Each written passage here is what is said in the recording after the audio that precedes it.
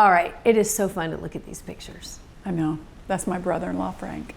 Oh my God. He lives next door. Yep. So you put these together for the wake? Yes. Yeah. Our son, Wade, that's my sister Lynn. Everyone knows Lynn. It was a wake day for her. Yeah. That's Bob, her boyfriend. Fuzzy Zeller. Yeah, but when you look at all these pictures, what does it... The wealth of fun that we had, the years of travel and joy and family, and it's going to go on behind us as we're talking, and I'm going to be tempted to just go, sorry, look, there's Andrew. You know? But all of our family, we have a big family, and they're all here. They're all represented. Yeah. And the show, of course, the long history. There's plenty of Bob on here is way before me, my handsome husband. So we showed this during his wake. Bob was here in the living room with us, and we had a fantastic slideshow and a fantastic playlist that I worked really hard on making for him with the help of my little brother Rex and other friends that contributed, including, I don't know if you guys know Marty Bender from the station. He was their program director for many years, and he sent me lots of great songs that he knew Bob would love. Things that I didn't even know that Bob loved, and I got to put those on. And so there were 100 people here, family, and a lot of family. I'm from a big family. And we all listened to the music and watched the pictures and had speeches and said goodbye. Sounds lovely, actually. It was perfect. It was, if you can say it was perfect at a wake, but when I first presented it to Flannery Buchanan, I said, can we do a wake at home? And she said, well, sure. I'm like, oh, I want an old-fashioned wake. It's an Armenian tradition.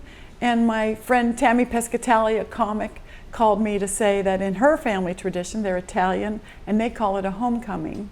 I said, oh, we'll do a homecoming for Bob. And so we did. And they brought him here, and he looked wonderful and perfect and handsome, and everyone got to pay their respects and say their goodbyes, and we had about 3 hours together with all the family. Some laughs, plenty of laughs actually, and because that's what Bob would want, laughs. That's what he was all about. So we did that. This big Dodgers. No, it was fantastic. Tell me about Well, here's that. how that happened. So they show you a book when you're at a funeral home, and everybody's been through these sorrowful times. And we are not traditional. Bob and I we like to do things our own way, which you can imagine. Bob is just like me, I'm like him, and we do it our way. So I'm sitting at a table with my children and their spouses, and the perfect woman at Flannery and Buchanan, who treated us with the most tender, loving care, brought out a book of flowers that you can choose from. And I've been saying to the family, when Bob died, the frugal farm girl rose up and said, I'm not paying for those funeral flowers. I think we can do that ourselves. So I did individual phone calls to everybody to invite them to the wake. I didn't want to send an Evite, and I didn't have time for the mail. So I said, could you send flowers to Bob here at home? And we'll fill the house with color and happiness and flowers and life. And then I said, but I'll make an exception for one funeral floral arrangement. And the kids picked out Dodger blue, Dodger pennant. Our son Wade ran downstairs to get the pennant and include that. The ball cap and microphone, Toby and Joey helped with. And they put it up on his little casket, and it was perfect. The pennant hung down, Dodgers. I'm sure Bob would very much approve. And the rest of the flowers, they're all individual from our friends and family, and they're everywhere. It's perfect. So. Does it feel quiet now? Pretty quiet, yeah. We have a house full of life and laughter and kids, and I have siblings in town. Bob has a brother up in Anderson, Dennis. And everyone was here yesterday, and no one's here today. And that's fine. Today we did the ceremonial, I don't know if we can talk about that. Yeah. We did his cremation. another fantastic story, which you wouldn't think cremation has a fantastic story, but it did. We did that today, and now the quiet comes. And I welcome it. I welcome this widowhood. I'm going to call myself the Widow Kevoian. Tradition, you know, like the Old West. And I said, I told all the family yesterday, I said, when this is all said and done, I'm going to take to my bed because I'm tired. And I just want quiet with our dog and me, our little dog Dobie. So today we went to the cremation center that Flannery Buchanan has. At the planning stage, I said to our woman helping us, kind, tender-hearted woman, and I said, we had a hard discussion several years ago to make the plan. What are we going to do with our bodies? And Bob said, well, I want to be cremated. And I said, well, I don't. And so I compromised. And so we're going to be cremated. Well, so we made the plan, and when we sat there with her, I said, may I go to the cremation center? And she said, sure you can. It's all set up for families.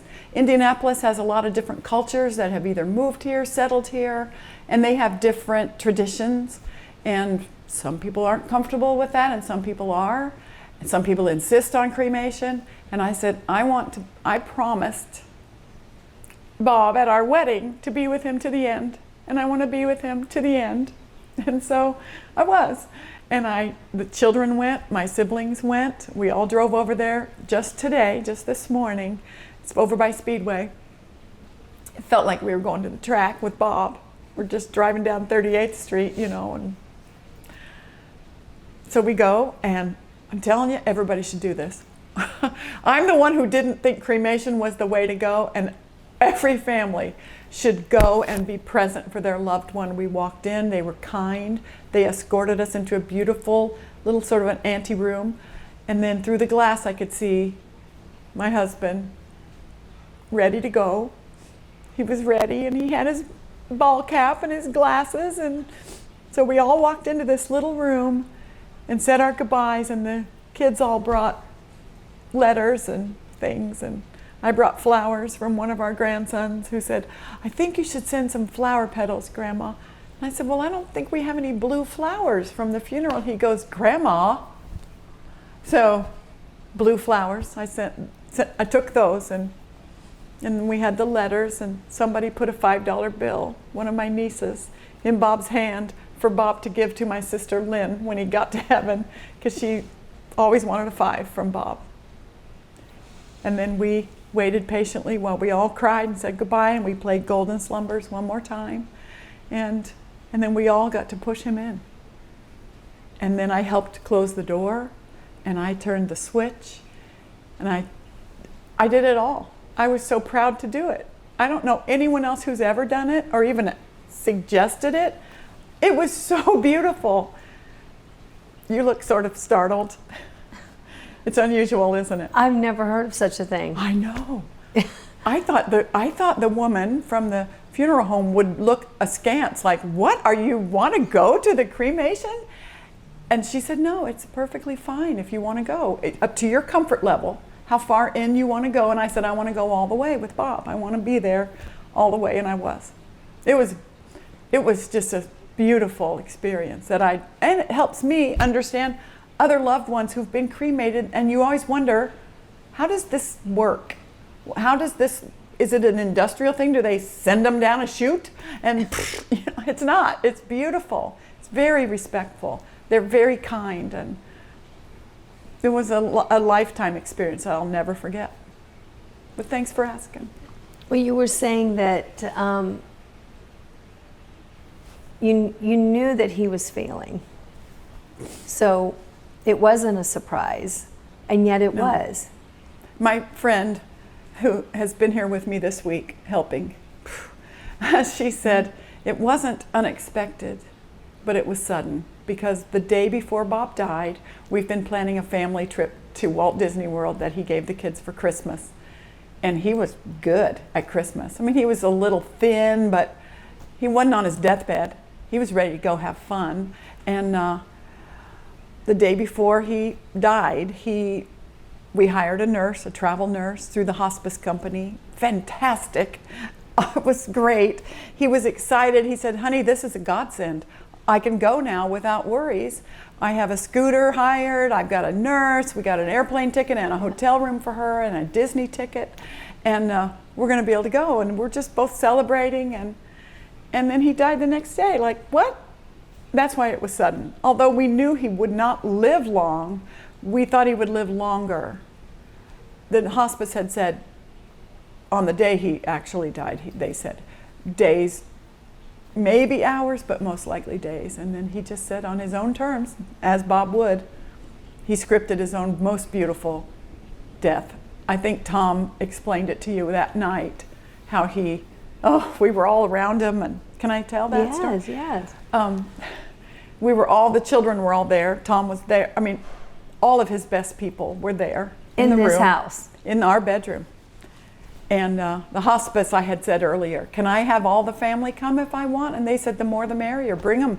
And that's how our philosophy has always been. I keep hitting my mic, It's sorry. okay. Our philosophy has always been the more the merrier. We want people around.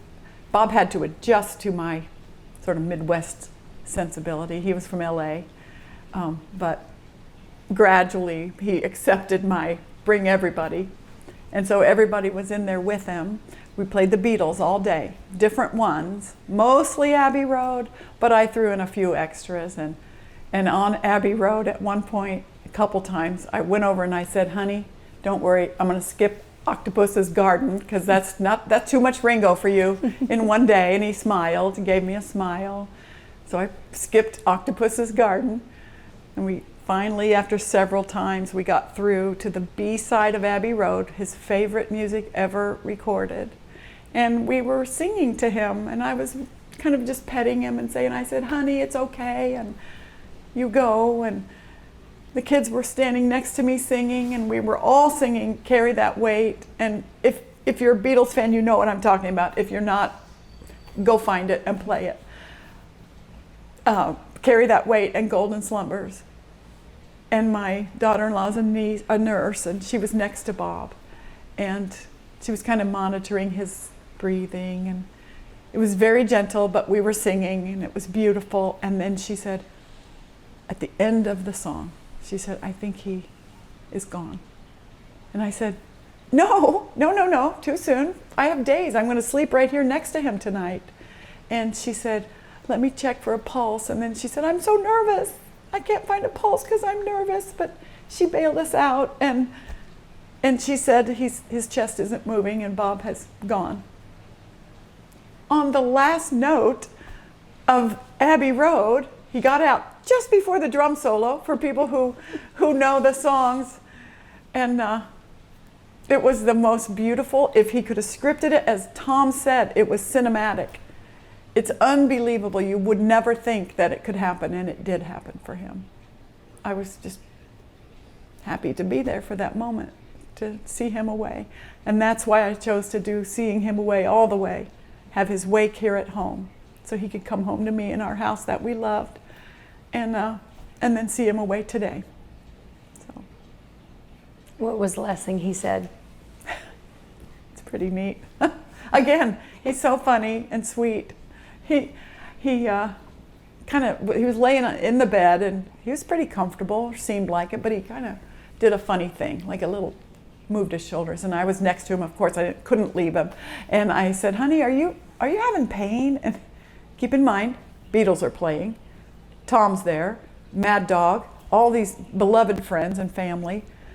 Beatles are playing, and I said, honey, are you having pain? And he said, he looked right at me, opened his eyes huge, and he said, no, I'm enjoying myself. And that's the last thing he said to me. Isn't that, you can't ask for better. He didn't have any pain. He never had pain with this cancer, only from his complications, but he was unconscious for all that.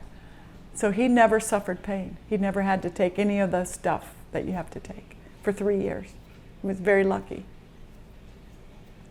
If you can call it lucky. I lost my husband, but Cancer's awful. Cancer is the worst thing. It took everything from Bob, and then it took Bob from me. But if I can sing the praises of MD Anderson and our team, I wish I could name all their names. They know who they are. They know I know who they are. And we did a podcast during his treatment called The Bob and Cancer Show. And on the last episode, we summarized. It was hilarious and touching, and Bob cried, and there were moving things being said. But the last episode was the dirty nitty-gritty of how hard it was. We told all about his complications and all the things that I had to do for him and with him. So that was episode 9. And in that episode, I said to our respiratory therapist, who kept him alive for me when he was many weeks in the ICU and the rehab and learning to walk again and keeping him alive for me. I know their names. I would say their names, but I probably shouldn't. But they know who they are, and they know I know who they are. All of our ICU nurses, I know who you are. I know that you know I know. And all our doctors, and I want them to know how much I love and appreciate them. They cried. Some of our nurses cried when they found out that we weren't going to continue treatment. We were there at the hospital at the MD Anderson, and they were so sad to see Bob go because he's so funny. And he flirted with all the, I mean, imagine that. Probably pictures of women coming up behind me, but he flirted with all the nurses and got to know everyone's name, because that's Bob. He always wanted to know their names. The 2 girls at the check-in, I know who you are. I wish I could look in the camera and say, I know who you are, you know I know, and you miss Bob. The outpouring. Oh. Tell me about that. So he passed away 10 days ago. He died on Friday there's a clock right there. Oh, that fern's in the way. It's set for 5:41, and my brother set it for me and took the battery out. And that clock is set to the time he died on Friday, 10 days ago, on the 17th. I don't know what you were asking me. It was just the outpouring. Yes. It was immediate. Yeah, tell me about that. Well, the news broke, and I wasn't happy about that. That, I don't understand the media. I don't understand how these things happen. But Tom and I parted, and we both agreed, let's give it 24 hours before we say anything. We'll tell our friends and our families, and we'll give it 24 hours. And I didn't get out of the room to sit at the table and grieve with our children until immediately, boom, it's everywhere. Headlines. And I wrote to Tom and I said, wait, you said 24 hours. And he's saying, I don't know how this happened. The best thing is to get in front of it. And he did, for me and for him, for the show. But he met with you that night. Within, 4 or 5 hours of Bob dying, he met with you. And he let it be known that this is what had happened and how beautiful of a death, if it can be beautiful, how it was. And then immediately, the love. It's startling how beloved he was. I knew it. I mean, everybody knows Bob all through the town and all through the state. But the words that people wrote, someone wrote to me, I'm a grown man sitting on my bathroom floor crying my eyes out because your husband died and I've never met him. And it touched me. Well, it did. Oh, and I didn't have a chance. I still haven't had a chance to look at them. It's too much happening, family coming to town, planning, having the wake. And so my friend, Shawnee, who's been here with me all week, she gave me a phrase that was superb, and it helped me, and I put it out on my socials because I hadn't said anything. I wasn't ready to make a statement. I'm not a media person. I'm not famous. I don't want to make statements, but I had to say something. So I said, Bob died, and the world just kept right on spinning. How can that be? And I said, my friend gave me these words that all of your condolences, thousands, probably tens of thousands of people spoke up their loss of Bob. I said, I can't see them all. I want to see them all. I want to read them all. I want to respond to them, but I can't. It's impossible. And Shawnee said, those sentiments are not meant to be replied to. they're like all of your friends and family and all those fans of Bob are throwing flower petals into a stream and hoping you see them when they pass by and that they will warm your heart and touch you. And so I said, I see them, I feel them, they are touching our hearts, all our children, and we see them. And it meant the world to be able to say something to probably millions of people, because they have millions of listeners. Probably millions of people are grieving my little husband, just my guy. And they loved him. So can I say what we did at the wake? So at the wake, only yesterday, we have all these beautiful flowers sent by our family and friends that I asked for. And at the end, Shawnee was speaking and she shared her sentiment about the flower petals in the stream. And then she said, so all of us, let's go downstairs, go outside. We have a waterfall and a stream that goes into our pond, and let's take petals and toss them in. And I was kind of afraid it would be gimmicky or a big fail. And it was beautiful. It was so wonderful. Hundreds of flower petals everyone was throwing, and Tom went all the way down the waterfall and out to the pond. And Tom had his own quiet, I hope that's not betraying Tom, I don't think it is, but his own kind of quiet words with Bob at the shore and threw in flower petals. And it was beautiful. Sorry, Anne-Marie. Gosh, I didn't mean to make you tear up. You're not supposed to tear up. It's just, I mean, the love and connection that you have. I mean, you guys just, it's like you were just meant to be. I know. I mean, you're like a puzzle piece. I believe it. We both believed it. It took a long time to get here, for us to find each other. But Shawnee, again with the same Shawnee girl, at our wedding 21 years ago, said in a toast that their motto, our motto for that wedding and our life to come was, this time for keeps. And it was for keeps. Isn't that beautiful? What is it? How would you describe? Dummy assembly? Well, the thing, this is the thing, is that, you know, he's a celebrity and people knew, you know, they heard his voice, everyone knows his laugh. Oh. But the person. That's why Bob at the end. I wish that wasn't in there, but it is.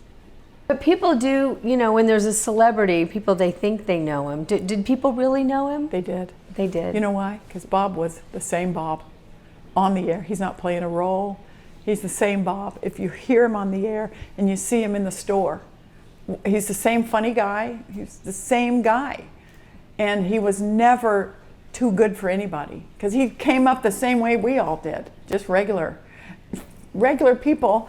And he loved the people who listened, and he never said no to an autograph or a handshake, and not just an autograph and handshake, but a question. He would say, what do you do? What's your name? And where do you guys come from? And he would just visit because he was friendly. And I'm friendly, and together, oh gosh, we could never leave a place because we just kept talking. You know, we could never kind of get out the door. Yeah. So. But you traveled. We did.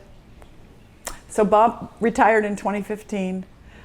Prior to that, we were at a Colts game, halftime, having a cigarette, as we did, and we met another couple having a cigarette, as you did. We quit a long, long time ago. But this couple was talking about their tailgate, and we're chatting, as Bob does. He would chat with anybody about their tailgate, and they said, well, we started tailgating in this, it's an Airstream made by Mercedes. And Bob's like, I like Mercedes. What's this? Say more. And they told us about it, and we bought one the next day. And we used it for tailgating for Colts games for a year or so. And then we thought, well, we really like this Airstream thing. Let's go look at the trailers. I didn't know they still made them. I thought they were vintage, those silver, gorgeous trailers. Well, yes, they do still make them in Ohio. And so we bought one. And then a couple years later, we traded up and bought a little bit bigger one. And then we traded up and bought a little bit bigger one in 2018. That's our final one. We stuck with it, but perfect. So we traveled for a while. Bob, people might remember, Bob retired halftime for the last couple of years at work. You may not remember that, but he tried on retirement. And I think it was about 3 months on, 3 months off, 3 months on, 3 months off. And it was having to do with the book, the ratings. He had to be there for those. For the Then he ratings could period. Out, you know. Yeah. And we would travel. So we started camping, and I grew up sort of camping. He grew up sort of in the Boy Scouts camping.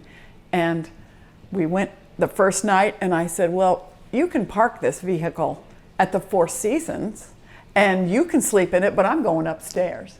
And instead, I said, okay, I'll try it.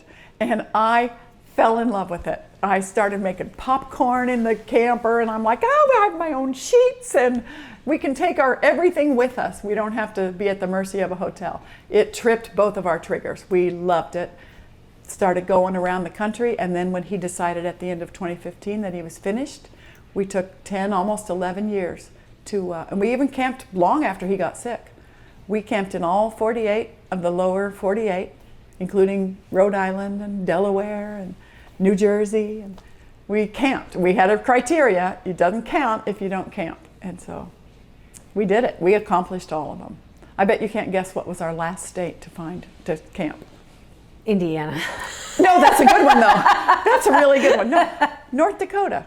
Now Really? why? I couldn't tell you.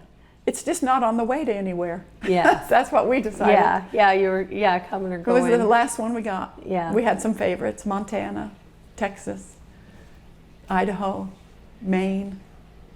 Oh, we saw it all. We saw everything we wanted to. We reached all of our, we didn't have a bucket list because we didn't think that way. We just kept going forward. But we reached all those goals. There's nothing we didn't do. So, That is so awesome. I know. That is you know so why? Because awesome. Bob rocks. Bob, he took me to Bora Bora. I mean, who gets to do that? Me. So he was just an awesome human, and we loved everything about our retired life. Grandkids, family. Our family all moved here. Siblings, his brother even moved here from Atlanta. We just all started here. Now we have a compound full of family. Some of them are outside right now, waiting for me to shut up. What kind of cancer was it? And then why? Because didn't it seem like it was beaten, or Yes. it was in remission? It was. And our Dr. Badia, our doctor at MD Anderson, when Bob was first diagnosed, it was called a GI junction or something like. It was a gastric, GE junction? I don't know. It was the junction of his esophagus and his stomach. It was not a big tumor of any kind. He only found it. Everybody needs to go to the doctor. Early detection saved him, gave him 3 years of life. They did chemotherapy and radiation for 6 weeks. It was a long 6 weeks of not really suffering, but it wasn't fun. And then in July of 2023, he underwent a big surgery. And they said to me, our surgeon, oh, I know who you are. You know I know who you are. We saw him at a Colts game, and I overreacted. Oh, you saved Bob, thank you. And he was like, you are a weirdo. but grateful. But we're grateful, and he knows I know who he is. Wonderful. They did a big surgery. He said it's a big surgery. It will be 7 to 10 days of recovery, probably in the hospital for 7 to 10 days. I'm prepared.